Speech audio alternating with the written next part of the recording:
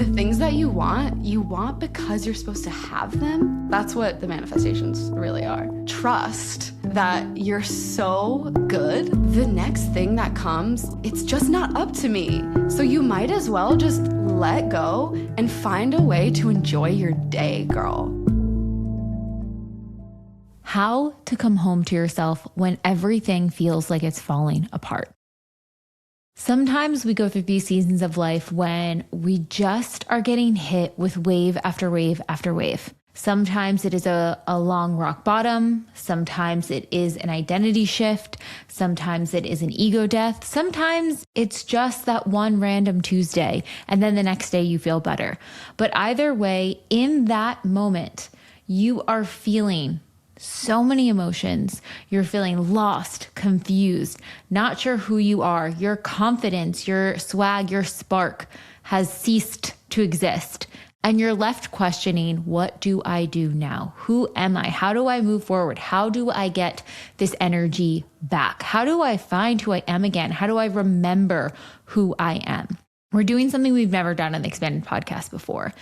And we've actually dreamed this up for a while and haven't quite figured out how to do it, where we wanted to track a member story at 2 different times. And so we got to do it with Allie Carr, a TBM member who used to work on the To Be Magnetic team as our incredible copywriter. You've heard her episode here before. It'll be linked in the show notes. And she went through a journey of stripping last year, shifting so many of her clients and learning how to sit in the in-between of who she was without her career, without her income, without confidence in even her skill set that she had developed for so many years. And you'll hear how slowly but surely she started chipping away. She started sitting with the parts of her and she started to move back into alignment. She started to move back into herself and a deeper, truer connection to who she truly is. So you're going to hear an episode we recorded back in October, and then you're going to hear one that we recorded this past February. And the difference is stark. You're going to hear a little bit more if you want a bonus episode. You're going to hear the full version of our October episode on YouTube only, launching this weekend. But this is the episode to go to if you are questioning that about yourself. If you're having that moment where you can't quite see the light, or your confidence level is not at 100, or you're just needing that reminder that you can move through it. We're going to talk about practical tips. We're going to talk about TBM tips. And more than anything, it will feel extremely validating hearing the journey that so many of us go through, but not often talk about. And very exciting news. On Monday, we will be launching our nervous system quiz so you can see what pattern your nervous system leans on when it hits that moment of stress or test or trigger. It's going to be really helpful to really understand what patterns you're playing into, what season you're in now, and then we're going to launch some tools at the end of the month to help you move through it very slowly, very gracefully, but very impactful, specifically around your nervous system. And once you take the quiz, I'm so interested if you can tell what archetype pattern you think Allie was in when she was moving through this energy.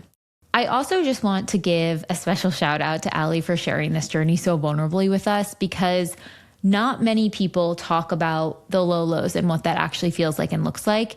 And I think it's so important that we out any shadow or shame or needing to hold it all together simultaneously, because so many times, myself included, have gone through seasons, even within 1 month.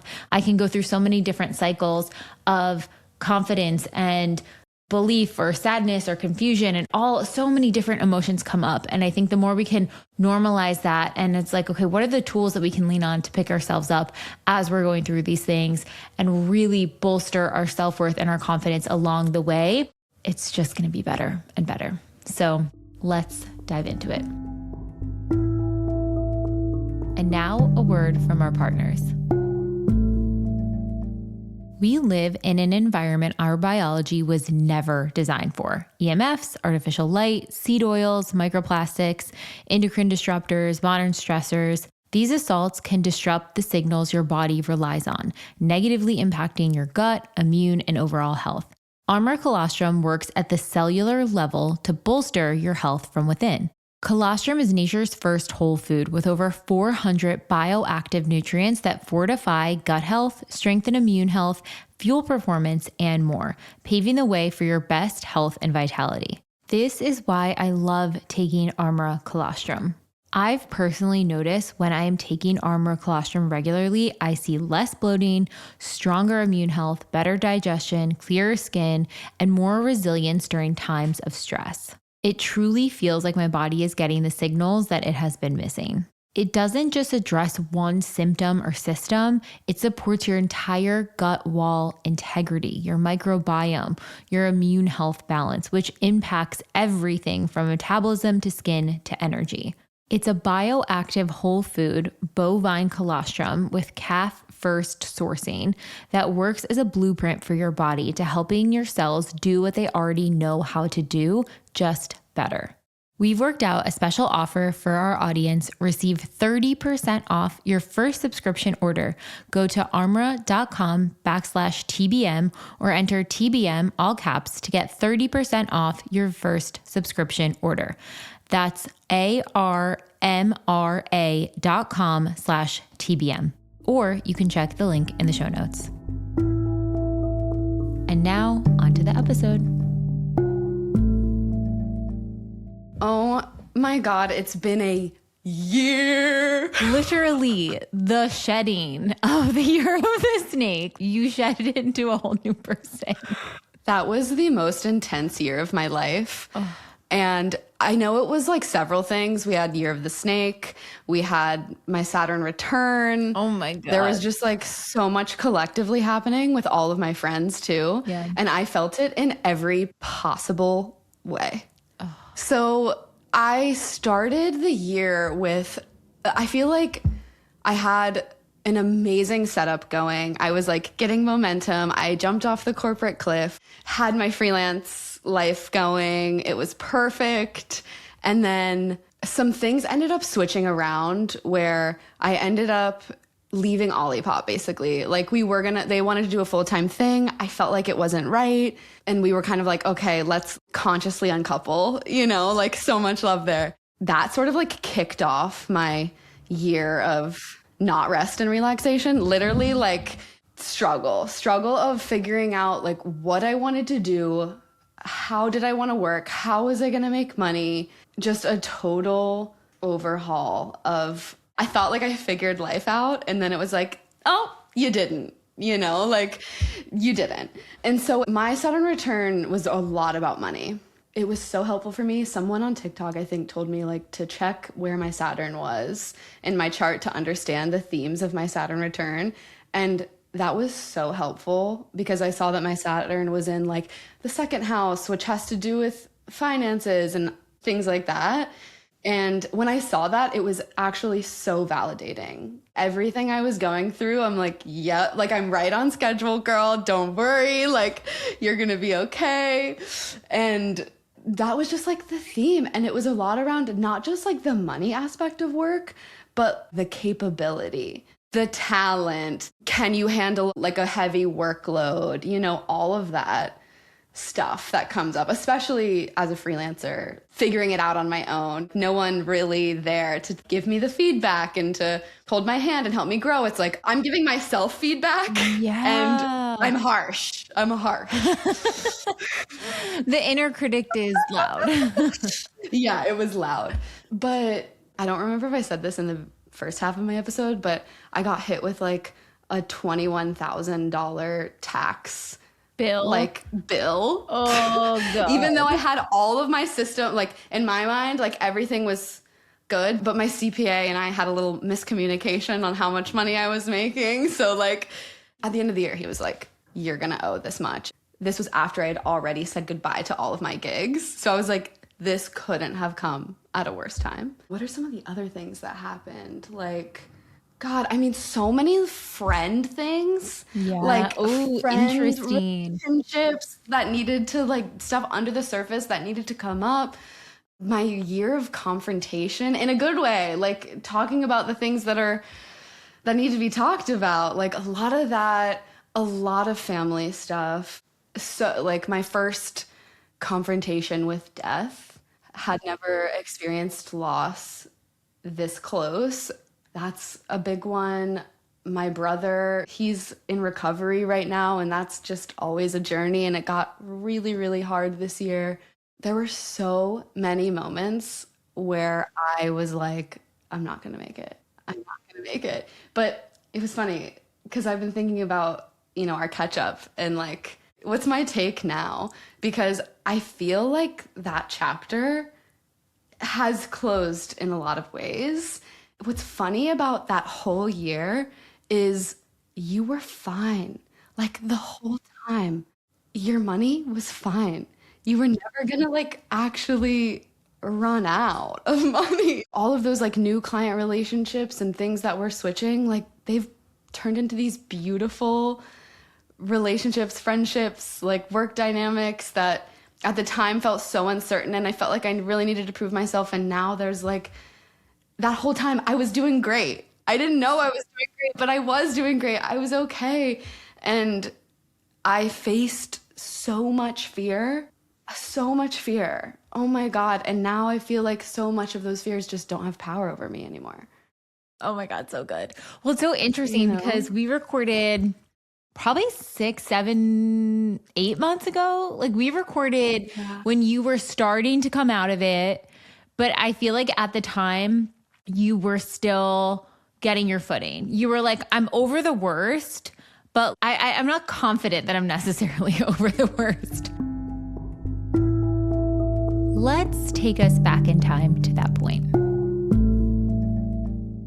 I had to just sit and meet the moment, like just be with myself. And what ensued over the next several months after leaving TBM are some of the hardest, I think it was the hardest months of my life, which I now understand to be a dark night of the soul, which is a concept that Lacey mentioned a couple episodes ago in the recent Magic Dark episode.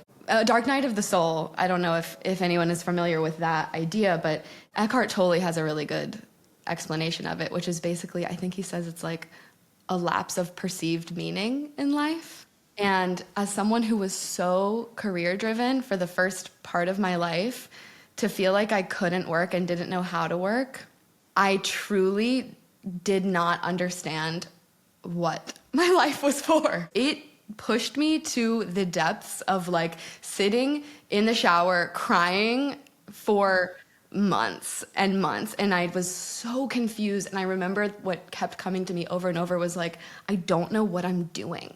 What am I doing? I don't have any conscious understanding of where I am headed. I'm not making any strides in my life. I'm not moving forward. It was absolute fear. Of course, like my savings is going down every single month. I'm watching that drain. I'm like, at the same time, can't get myself to figure out what I want to do for work. It was a time of processing so much fear, day after day. And I think I can speak to it now because I'm on the other side of it in so many ways, but it's still there. But now I just understand what it is, and it hasn't taken over my life in the same way. It's so interesting. So Dark Night of the Soul, I think, originated with Joseph Campbell's hero's journey. When you're going on that journey of self and discovering all the things, it's that part where basically like all hope is lost. Like you kind of question your path. You think like, okay, well, I better give up because this is just not working. Like there's no turning back. And I think I talked about this in a recent episode, but so many times when we're at that edge, there's so much greatness very, very close behind, but we need to process like that last little bit. We need to integrate that last little bit, like learn the lesson, understand how we got there to get over that hump to the next side. And I think your story is so important. And I think it's really brave that you're sharing like the depths of all of this, because so many people, just DMing with people and talking to people in the community, have gone through a chapter, a season of this, whether it was this year, previous years, at one point in their life where they have that moment of like, I'm giving up, or I am getting stripped away of everything that I thought my identity was. And I'm curious what the scaffolding of your identity looked like. Was it making a certain amount of money? Was it doing a certain role? Was it working for a certain brand? Like, what were the identity, the ego identities that you were kind of like, if I don't have that, who am I? Yes, that is exactly what it was. I was looking at my career and how much money I was making and being like, look, this is why I'm cool. This is why I'm so cool. I can make so much money. I can work with all of these brands that I think are so awesome. And it wasn't even really, I mean, maybe there was a part of it that was external, but I think the biggest part was internal. Like, that's why I was telling myself that I was cool, that I was, for me, like, it's always been like a coolness. That's always been like an egoic sticky point for me, which makes so much sense with like growing up and being a middle school girl and all of that. That was huge. And to not have that, to be making less money than I made even working at an agency, to not have any money coming in after getting used to like months of feeling so prosperous, so amazed at what I could do, to then go to nothing and to not have that engine, like that creative engine that I had also relied on in terms of ego, like being valued for that, to be able to churn and create and write, and for that to go completely offline, it felt like dying. It truly felt like death. And I can see now that's because there was a death process taking place. Those parts of me that were doing that were dying. And that's the only reason I'm able to even speak to it or articulate it, because I'm not identified with it anymore. So let's jump back to the present. And if you want to hear the whole episode, tune into YouTube this weekend for an exclusive bonus episode. You were still manifesting, like a ton of stuff was coming through, like your apartment. After we recorded, you got engaged and had like the most incredible engagement. So like things were moving, but me just knowing you, I'm like, she's not out of it yet, because I can feel like a spark wasn't back yet. And I was like, I want to catch up with her in a couple months and see where she's at now. And it's so interesting talking to you, and like people will be able to see in the recording the before and after how we spliced together. Like they're going to feel that felt sense of coming home to self, being in your spark and in your glowy energy too. Totally. I'm like, can you hear it in my voice, you guys? Yes. Like, I'm so much better. I think it speaks to the cycles that we go on as humans regularly. Sometimes we can have that whole spectrum that you went through like this past year in a week. We can go through them in a day. We can go through them in a month. It's not to fear the cycle. It's the life-death cycle. It's the shedding of the old self. It's the stepping into the new self. It's the facing of the fears, which is like the hardest thing ever. And I want to normalize it, if anything, you know, like I want people to feel like if you have felt any of these things on a daily, weekly, monthly, or yearly basis, you're not alone and nothing's wrong with you. No. And actually, when I look back on it, I created so much personal depth. I became deeper. You know what I mean? Like, because of the sheer amount of pain and fear that I was metabolizing daily, now not only do I have more compassion for other people who are in similar situations, but I know I can get through it. You can get through it. It doesn't actually affect you, who you are.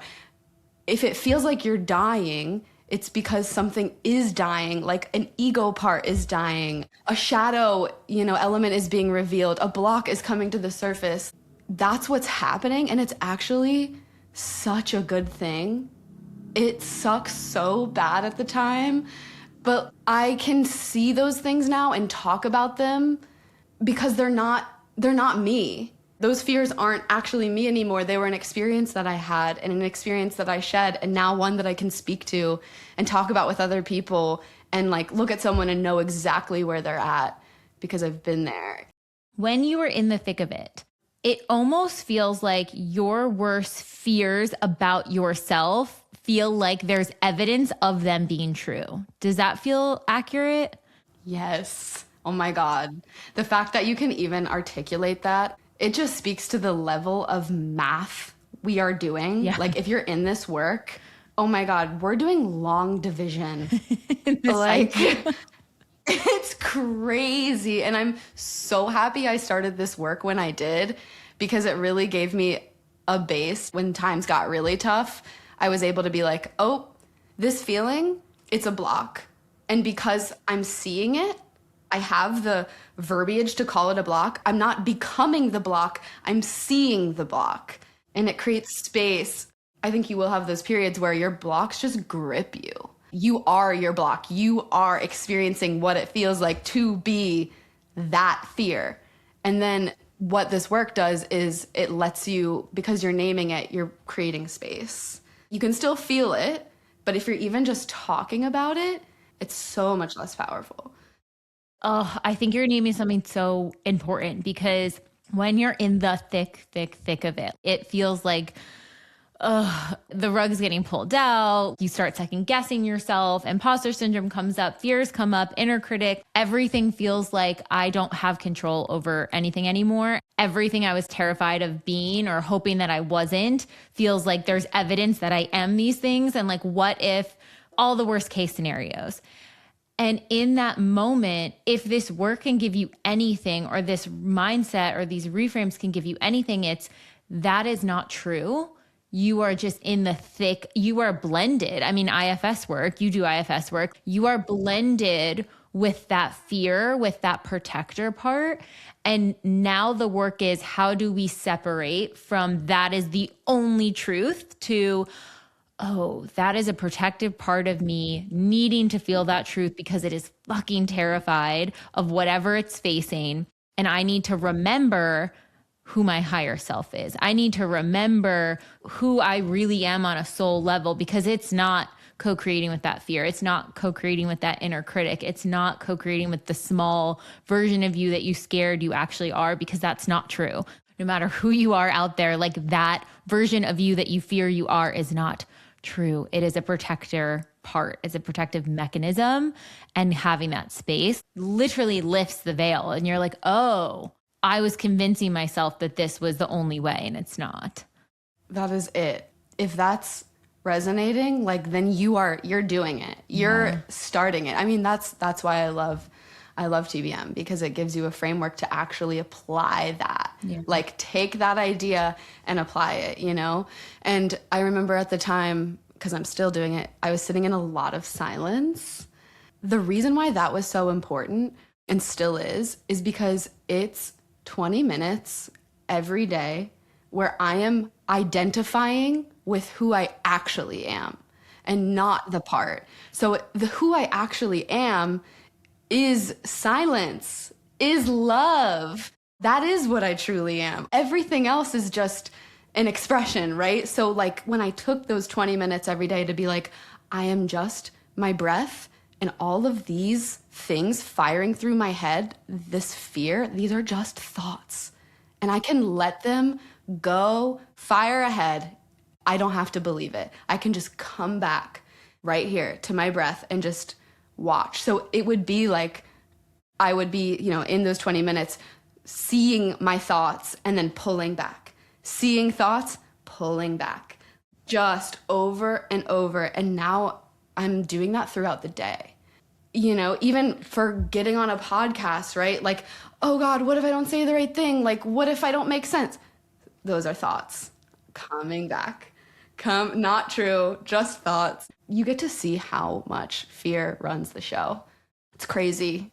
It is really crazy. Even the most successful people that people look up to and think like, wow, that life must be amazing. It's like, they still have fear that wants to run the show for them. We're wired for it because it helps us survive.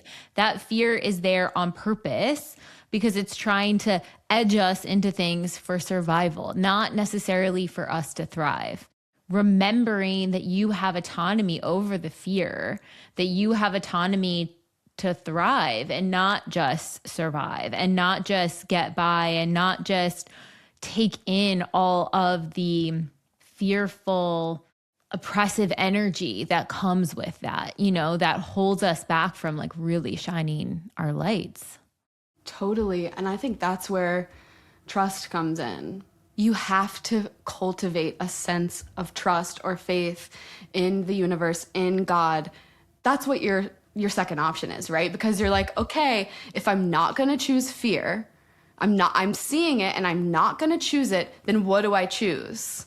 And that's where it's like, all right, I guess I'm going to surrender into that and see what that even means for me. Because, I didn't grow up religious. I didn't even grow up spiritual. It was something that I sort of found on my own. And I talked about that in my very first episode.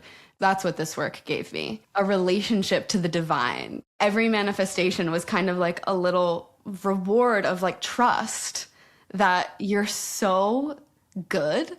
And the things that you want because you're supposed to have them. All of those affirmations, that's what the manifestations really are.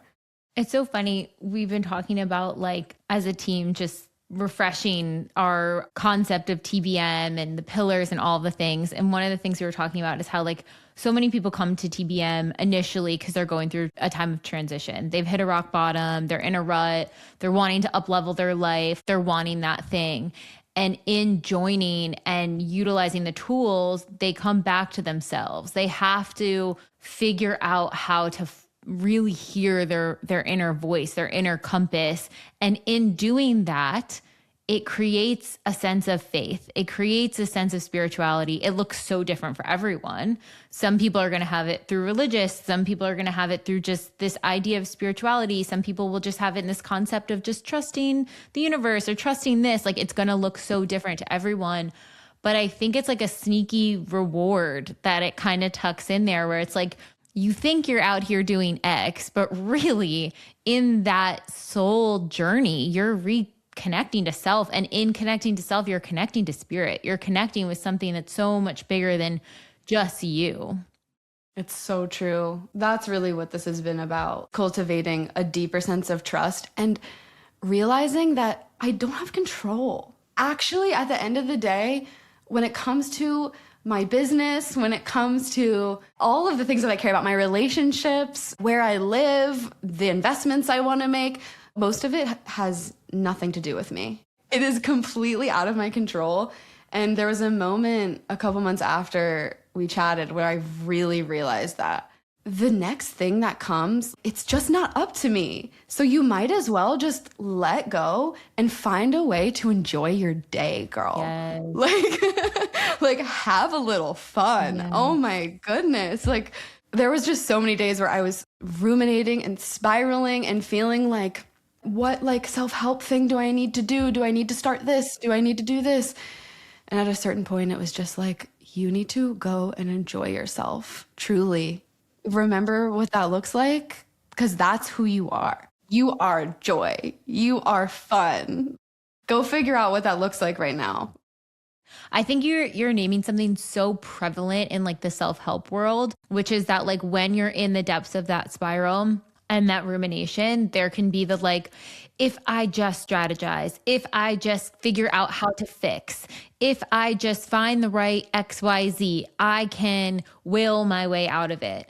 And if I look at any rock bottom moment or time, sure, there's an element of me trying to do that for sure. And then I hit a point that's like, but my energy is like fucked.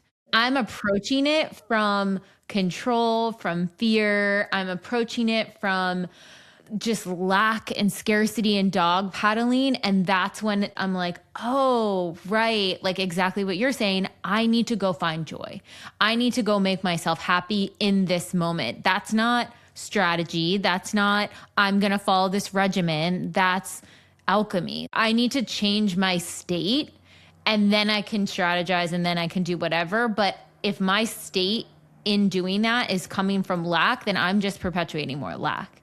I need to get into a state of safety, security, just even neutrality, before I can go on to the next thing. Bring back neutrality. Yeah. Sometimes it's okay to just feel totally neutral. No, I think that's an insanely important distinction, because when you're in that place of trying to strategize and get out of it, what's really happening is you don't want to feel. I don't want to feel the thing that's underneath it all. So like for me, I don't want to feel incapable. I don't want to feel like a loser. I don't want to feel, whatever, fill in the blank. So I'm trying to think about what I can do to stop feeling this, when in reality, I think the only two ways out are like feeling it and sitting there and being like, I'm going to feel it. And just because I'm feeling it in this moment does not mean it's true.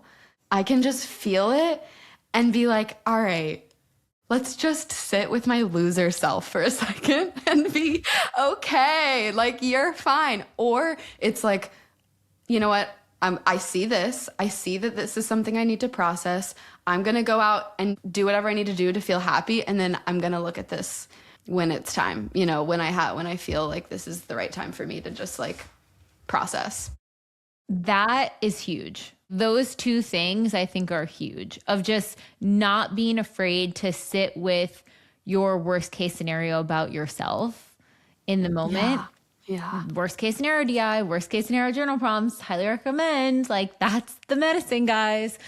Because it gives you, you're not afraid of them anymore. Like, you sit with it and you're like, oh, this is what I've been freaking running from this entire time. Like, you're not that bad. And like, you're kind of cute, and like, come along with me. Like, it's fine. And you're actually kind of cute. No, I love to like picture myself just being like, you are so cute and funny. Yeah. For doing this. Like, even your crazy dramatic spirals and your whatever, all of that stuff, it's cute. It's okay. This is girlhood. Yeah. You know, like, that's part of it. Yes. Yeah.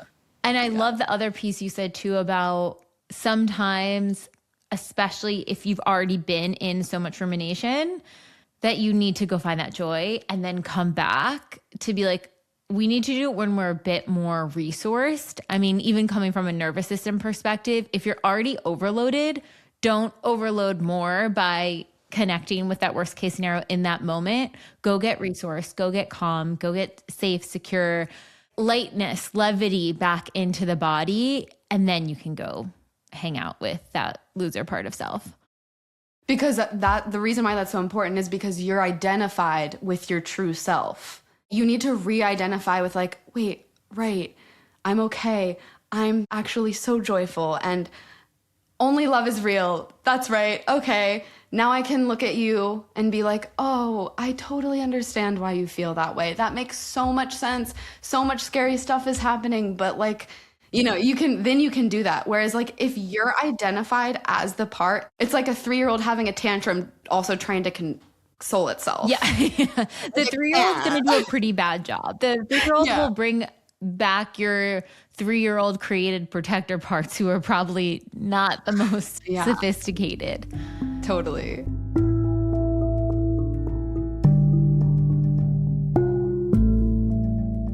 I have been in a season where I am finding little ways to upgrade my home and the comforts around me in order to help support my nervous system.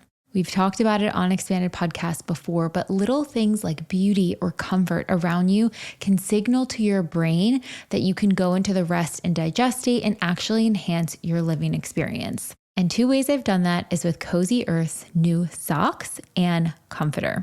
Socks, because I am constantly in socks in my house. We have hardwood in a lot of different areas, and just having the support of socks, my feet also get really cold. I wear socks at night, and it's just such a part of my day. So having ones that are so soft, breathable, a fabric I can wear around when I'm on my hikes around the home is non-negotiable. And this feels like the perfect breathable cushion sock. And secondly, we got ourselves a new comforter because I really loved the feeling when you go into a hotel and you pull back the sheets and you tuck in and you just feel so cocooned by your bedding. It was really time to invest in a comforter that was going to not only keep us warm, but not have us overheat throughout the night. And that is what Cozy Earth does so well. All of their materials are so breathable, temperature regulating, and you get a cloud-like comfort without overheating. Something my partner especially really appreciates while sleeping. So now every time I put on my new socks or I hop in bed with a new comforter, I'm reminded of this level of comfort and support that immediately starts to regulate my nervous system. Cozy Earth's mission is to elevate the everyday by showing the craft behind every single piece. They're obsessive with the details and make sure that there's comfort in every moment. So much so that they offer a 10-year warranty because their products are truly meant to last, and a 100-night sleep trial, which means you can return it if you're not satisfied, but trust me, you will not want to let this go. If you want to try Cozy Earth's incredible quality products that are going to bring new comfort and beauty into your home, you can head to cozyearth.com and use code TBM, all caps, for up to 20% off. Again, that's code TBM, all caps, for 20% off. You can go to cozyearth.com or check the link in the show notes. And if you get a post-purchase survey, be sure to mention you heard it from the Expanded podcast. Experience the craft behind the comfort and make every day feel intentional.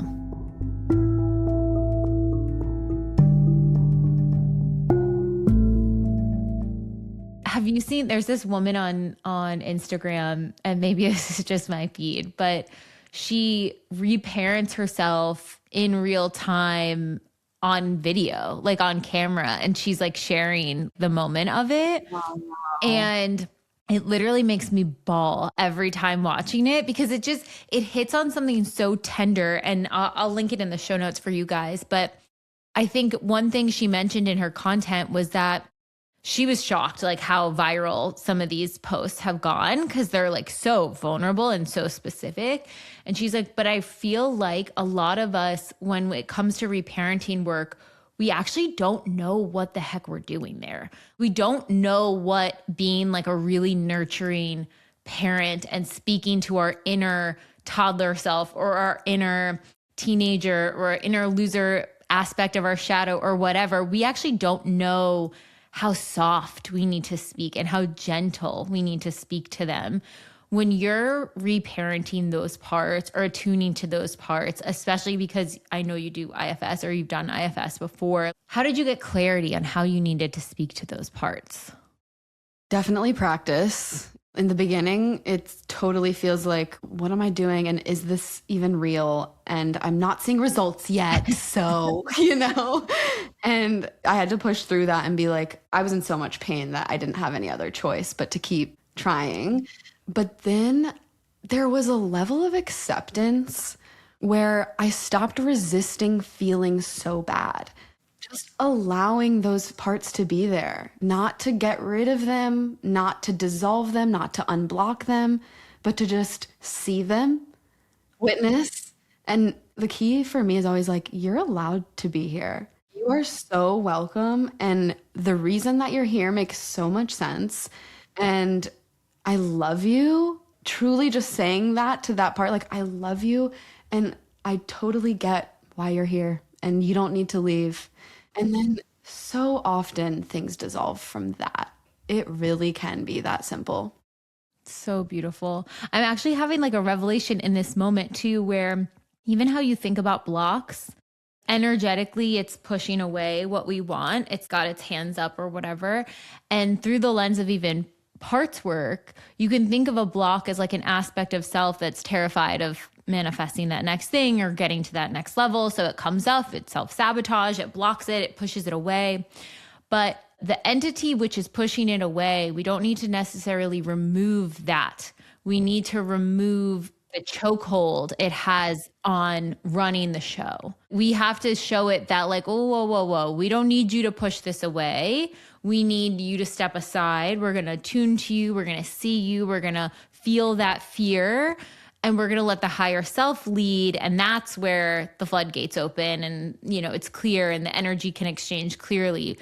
But it's not getting rid of that block even necessarily. And I think when it comes to core wounds, people are so frustrated that they're like, oh, the same theme is coming up again. It's like, because we're not really getting rid of it. We're overriding our attachments to it. We're overriding how we relate to it. And that clears the path. That is so good. If you're doing this work, you naturally want to control the outcome, right? Like there's a part of you that's doing it to try and have some semblance of control. And I think that's okay because I think that brings you to the work in the beginning. That's what like starts your journey. When I put in the work, I see results, right? But then you get to a level. And I think if you're seeing the same block over and over, this applies to you where you're actually doing everything you can to not feel. You're trying to unblock it. You're not trying to feel it. And you have to feel things. Feelings have to be felt. They can't be analyzed. So like, whatever that means for you, there was a lot of sitting in the shower for me. And just being like, I feel this as a constriction in my chest. I'm actually just feeling that and letting it be there.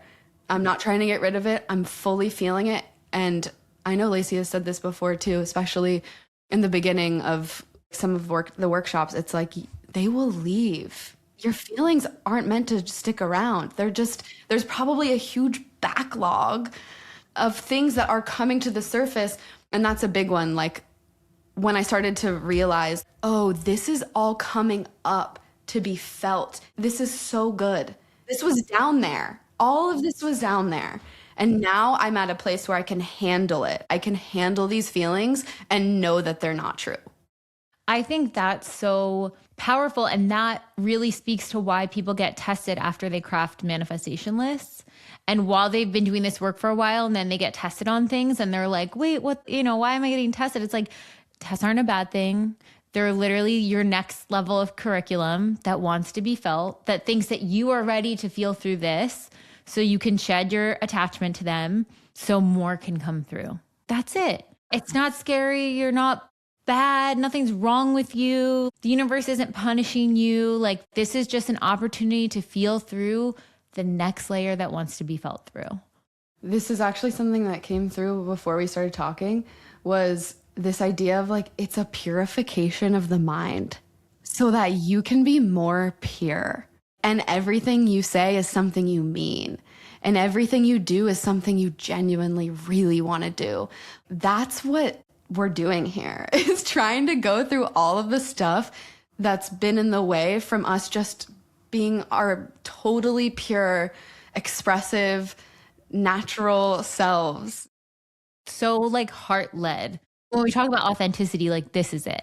Really being authentic is this. Letting your full self, fully illuminated, lit up, moving through the world from that energy, just tapping in from that space without all these deep feelings, protective parts, and not to get rid of them, but just to like bring them along for the journey and let them be human with us.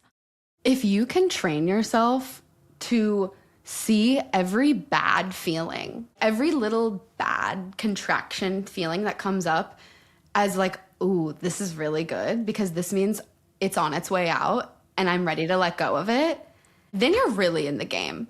Then you're at a point where you're like, cool, I'm not identified with that. I'm just seeing it. And that's perfect. I think that's when things start to like really loosen up, because now it's not that I'm necessarily in a place where like everything in my life is perfect and like I'm through the bad and now it's all good. It's that I've built a level of resilience and I'm so much more identified with my true self that when things do come, I see them for what they are. And even the good stuff too, right? The stuff that in the past that would have been like, oh my God, this is such a big deal. Like, this is gonna like change my identity. Like, this is gonna be everything. It's so much more neutral. It all comes back to neutrality. I'm like, cool. Like so much of the stuff that I wanted to work on, because work was such a big theme for me, has come through this year. Oh my God. I remember I so badly wanted to work on like On Road and Nike and A24, all of these brands that I like totally was like, they're just doing the best work and I want to work on that. And if I work on them, then that means I'm a good writer. Now, all of those clients have come through in the last year. Shout out to my girls at Fonzie. I do so many amazing projects with them. Through them, I've gotten the opportunity to work on all of those things. It's so funny because now when projects come through, I feel so like, great, that sounds awesome. But I'm not the level of excitement I know I would have been at a different iteration of myself where that would have been the thing that was like making me feel like competent at my job. Now it's just like, cool, it's so exciting. I love the work that they're doing, but it's not my identity. This is about my identity. It's just a sharing of gifts and joy and seeing what they're doing and loving it and reflecting that back to them. It's much more pure. It's so interesting because whenever anyone asks me like, how do I just get this thing. How do I be seen in this way? Or I just want like that one, win so people take me seriously or have that thing. And I'm like, you're not going to like my answer. The answer is you have to stop pedestalizing it and you have to just be contributing from your heart because you love doing it, not because you're trying to get a very specific sneaky outcome. Stop trying to manipulate the outcome. And then the outcome winds up coming anyways. And it's not going to feel the same as your ego thinks it's going to feel, but it's going to feel better in a way. It's going to feel grounded. It's going to feel like, of course that came through in that way. Like, of course I'm so happy to help in that way. Like, it's just a more pure energy. That really is what it is. It's like we're all chasing the effect. We want the effect of having authenticity and magnetism and, skill, talent. We want what it looks like on the outside. But like, if you're chasing the effect, you're never going to have the cause. So it literally can't happen because you're not actually going for the thing that creates what you're going for. So if you start chasing the cause, it's a much more direct route and what you want will change. You think you want those things, but what you actually want is something else. So just save yourself the time, save yourself the tears. Just go for go for all those fears and limiting beliefs. Go to those first. Okay, because I know people are going to kick me for not asking this, but when you were putting those clients on a pedestal, like I want to work with all these big brands and companies, and you had to detach from that, take them off the pedestal and just create from the heart. What is one like actionable that someone could start doing today that you did that helped you bridge the gap between those so you could take it down off that pedestal? I started focusing deliberately on exactly what was in front of me and treating the project that was in front of me like it was the big white whale that I wanted it to be. The thing that is right in front of you is perfect. It is so divinely orchestrated for you to understand your gifts, to understand how you approach a project, the people that are on your calls you are meant to meet. Every person that comes in your inbox has a message for you.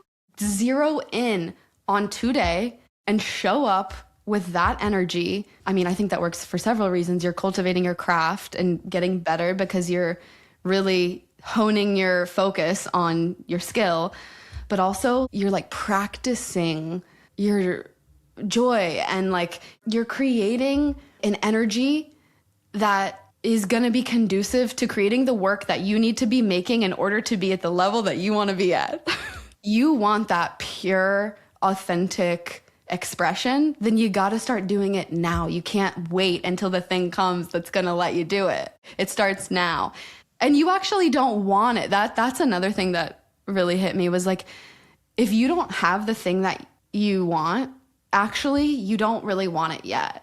You're not there yet. Like you're not who you need to be in order to do that at the level you want. So act like it's coming, pretend that it's coming, because it probably is, and just be with what's in front of you. Be with the people that are right in front of you. They are so meant to be there. It's not even funny. There are so many lessons for you in whatever is right in front of you. That's the only reason it would be showing up.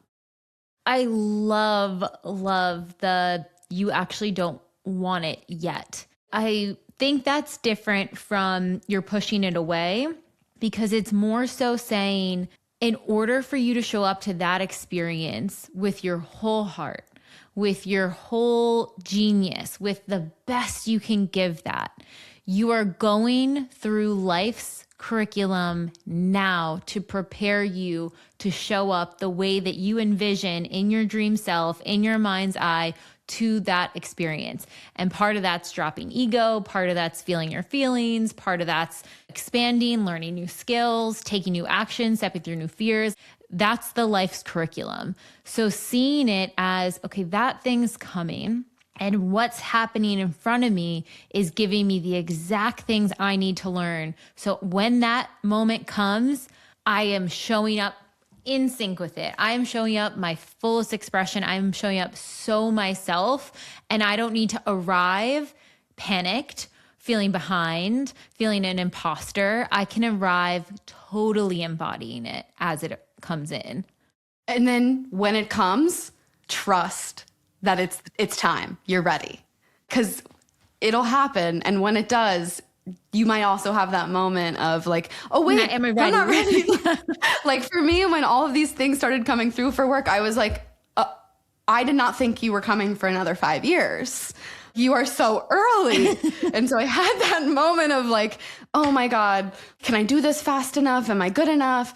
And I just had to be like, all right, the same rules apply. If it's in front of me, I'm ready. I can trust that and just walk, go. Oh, I love this. It's so good. It's so good.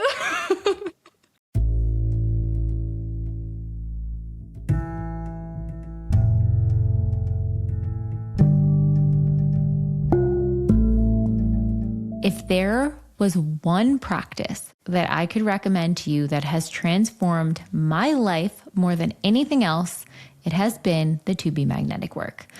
Obviously, I may be biased because I am the chief content officer. I'm the host of the podcast. I develop all the workshops with the brand, but it is also the tool that has helped my life the most.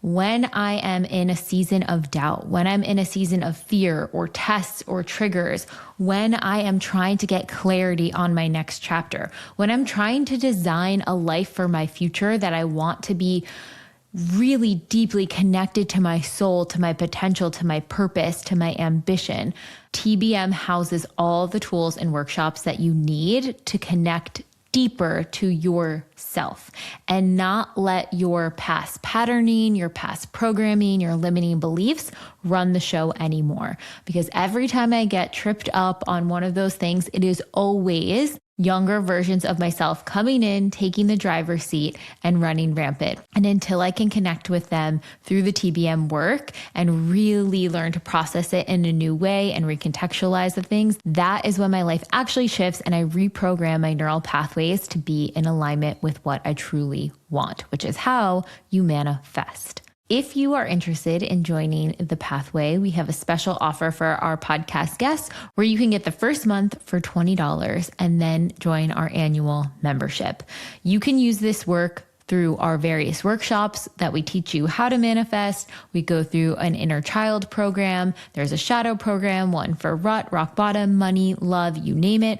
Or you can use it as a daily tool to reprogram in the moment issues as they come up, to reset your nervous system, give you high self-worth, reconnect with your magnetic self, or talk to your inner child part that may be in the way and running the show and self-sabotaging. So if you're getting the ping to join TBM, now's the time, and you can use code expanded, all caps, EXPANDED for $20 off your first month to join the pathway.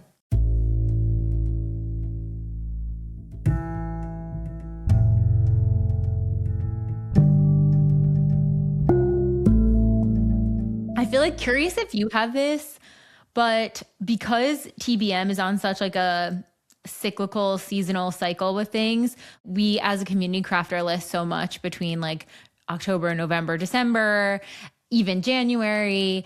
I feel like right after the list portion, the universe is like, you're ready to start your next lesson. I always go into January and my fiance is like, what if we plan a wedding for next January? And I'm like, January is just not January. I am learning lessons. Like I am not ready to get married in a January season. I am in the middle of my lessons. February, I'm still learning lessons. Maybe March, I've integrated some and things are starting to shift. Not to say life is bad. Life is great in so many ways, but I just know that is my curriculum season, is post crafting the list. When I first started the TBM work, when I hit this phase, when the things start testing and things start shifting, I would panic and I was like, something's wrong. Things are feeling ungrounded. I had this huge vision and now things feel uncertain and I don't know where I fit in with all of this. Oh my gosh, what do I do? And the more I have worked through this TBM work and the more I see the patterns and the more I trust myself, the more I trust my timing, this season of going through all of the curriculum, I'm not like, what's happening? I'm like, this is the curriculum. This is the moment. And can I enjoy the now? Can I enjoy the present? Can I heed the call of becoming my authentic self or my true self now, and not wait until XYZ thing clicks in, or not wait until that thing that's kind of annoying figures itself out, or this thing, like stop waiting to even enjoy life for those things to click in. The hack is like, enjoy your life in all seasons, no matter what you're going through, good or bad. That is so it. That's sometimes the test is like, can you still enjoy your own company when work doesn't look like you want it to, or, relationship doesn't look like you want it to? Can you still have joy as a person? Because then it shows you where your worth is coming from. If your worth is only coming from work and you only feel valuable when things are going well, wait a second, that can't be what your whole life is about. You've got to still be able to find joy in simple things, And actually, this is a good parlay into one of the major uncoverings during this time, which is like just about art. So I talked about art, I think a little in the first part, where like I was really leaning on music and poetry and books and writing to get through my great big dark time. And thank God. And I didn't really know why. Like all I wanted to do was just sit in the bath and listen to a Lana Del Rey album from start to finish. Like that's all I could do. And now what I'm realizing is creating art, figuring out what kind of art you want to make. And that doesn't necessarily mean it has to be paintings or watercolor. Maybe organizing is your art. What is it that you do and how does it become an art form? For me, this is insane to say, but I started making memes. Oh my God, what I love. They're like fun, like crazy little spiritual memes that are just like about joy and like, I don't know, everything. I just was like, I need a totally unserious way to express myself. But it just got me thinking like art is the purest expression of authenticity, right? Like art is what we kind of all want to be doing, whatever that looks like for you. And then it makes so much sense why the creator economy is booming, because now we're being given this time where your art can be like what you do, actually. So like if you're being drawn to post or start a Substack or create a business by showing up online, I think that's a beautiful thing. And I think it's like you have a chance for that to be like what you do and what you live off of. But it's like, how can you make that so pure? How does that expression become the purest, not like no hacking? I've been on Substack and doing it, and every time I feel like that need to like grow it or something, I'm like, that's not true. That's another example of a not true thought. This is a space to express purely about whatever I want. It's not about getting a following. I don't want anyone to be there who doesn't want to be. It's just such a beautiful thing when things layers get pulled back and things just become purer and purer and purer. I think also speaking to not marrying what you are relying on for your income stability source to be your art form right away. Giving different pockets, giving different outlets, like starting my YouTube is that. Getting something that I'm not optimizing. I don't need it to make me money. I'm not worried about whatever. It's like pure creative editing, putting things in. And I really grappled with that part of me that just can't shut off the goddamn optimizing piece of my brain that's like, oh, but like that would really resonate with more people if I do it that way. And I literally have to just be like, stop it, go back over here, like stop focusing on that. And it's funny because for my YouTube, I've really struggled with being consistent on there because I'm in battle with those two parts. But I spontaneously, in the middle of the night, launched a Substack. And yeah, you did. I was like, maybe this I cannot optimize. And for some reason, because I don't consider myself a writer, because I had a very specific perspective, it wasn't TBM manifestation hacks. It wasn't like all the things that someone might typically come to me for. It was just like, what are the energetics I'm seeing this week and what's on my heart? I saw the perspective that I wanted to take on there and really just feeling into what are the energetics, like what am I feeling into in this moment? What's on my heart? That's going out. And it feels so much easier to do in the writing format. And so now I'm like, I almost use the Substack as my expander to now take that energy back to editing and film. But it's really hard to have a channel or an outlet that is pure creativity, especially if that creativity you're putting out. It's one thing if you're crocheting or knitting, because you know you're not like knitting and then showing your social media, you're just doing it for you. But when your art is a piece you put into the world, I think it's really hard not to try to optimize, especially with how much we're bombarded with how to optimize. Oh, it's like an everyday battle. I think something that helped me was like, it's okay to know when you don't have something to say. Oh my God. I would rather say nothing for months than say things that everybody else is saying in a different way. There's so much restraint and like self-awareness of like, it's a season where I don't necessarily want to be perceived. That's just not what this time is about. And when I feel like I really have something to say and it's really true and I want to talk about it, I will. But until then, I don't need to be like beating myself up about this. I'm actually learning the things I need to learn so that I can talk to y'all about it at some point. Like right now is the time for learning. It's not about like, I don't know, posting. Can you imagine if everyone listened to their natural cycles with that? Like how much more enjoyable ingesting content creation would be as like a user? Oh, God, if everyone just had like a little more discernment on like, oh, this actually isn't true to what I have to say, so I'm not actually going to say it. I don't want to add to the slop. Like, I'm just going to wait until I have the purest crystallization, you know, like, and you'll know. You won't be able to type it fast enough. It comes through so clear. I actually was struggling with this for months where I was like, I'm not writing. Like, why am I not writing? And then I had this just like lightning bolt moment and it just came through me. I sat down, I wrote it all in basically one sitting. And the premise of it, I think, was like other tools to use besides ChatGPT. Like you use it, but like know how to use it and diversify your toolbox as a writer, right? It came through so clear. And it was the first post that I ever had that like popped off on Substack. And I was like, great, okay, got it. This is what it's supposed to feel like. It's supposed to just feel like it's just coming out. And like, honestly, it was something that I was like, I didn't really think I was going to write about this. It wouldn't have been something I would have chosen to write about, but it came to me and I was like, okay, I guess I'll try. And that's like the one post I've done. That's like, people were like, yeah. I'm like, all right, that's such a good lesson. So might as well just kick back, relax, enjoy myself. And when it's time to write, I'll be writing. Oh my God, so good. I think so many artists, entrepreneurs, creatives, anyone listening to this who has that pull to express more, that is a channel back to your soul too.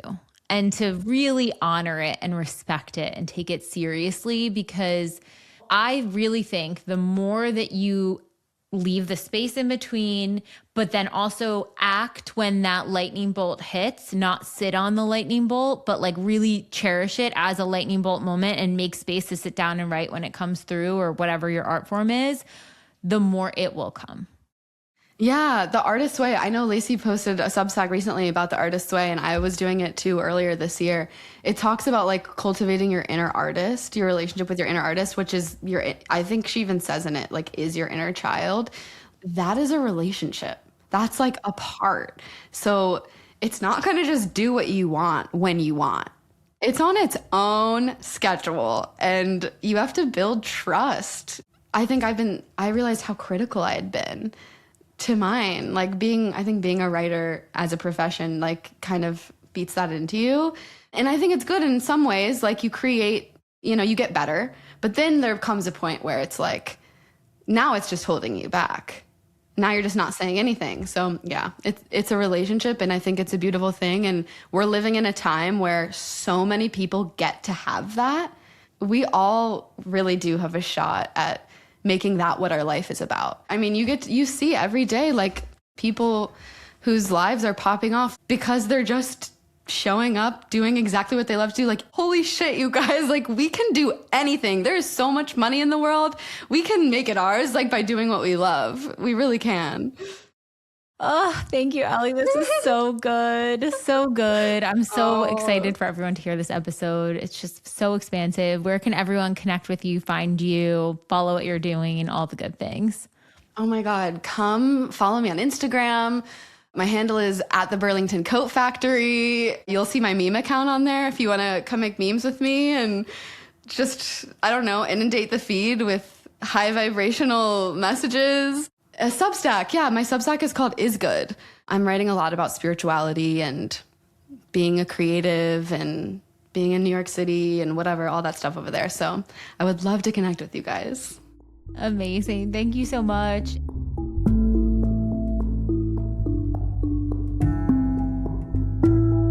I hope you guys enjoyed that episode and are feeling inspired and heard and motivated to continue the path, to feel your feelings, to have the courage to go in and be there for yourself and for your inner child parts. If you're looking for some TBM tools that you can use to do this, the worst case scenario DI, the inner child DI, and the driver seat DI, those are the best for having those conversations with the parts of you. And stay tuned on March 30th. We are dropping a whole new suite of very short, sweet, deep imaginings to help you through nervous system dysregulation, to help get your spark back, to discharge excess energy, to tap into the present moment, a lot of nervous system tools and support then.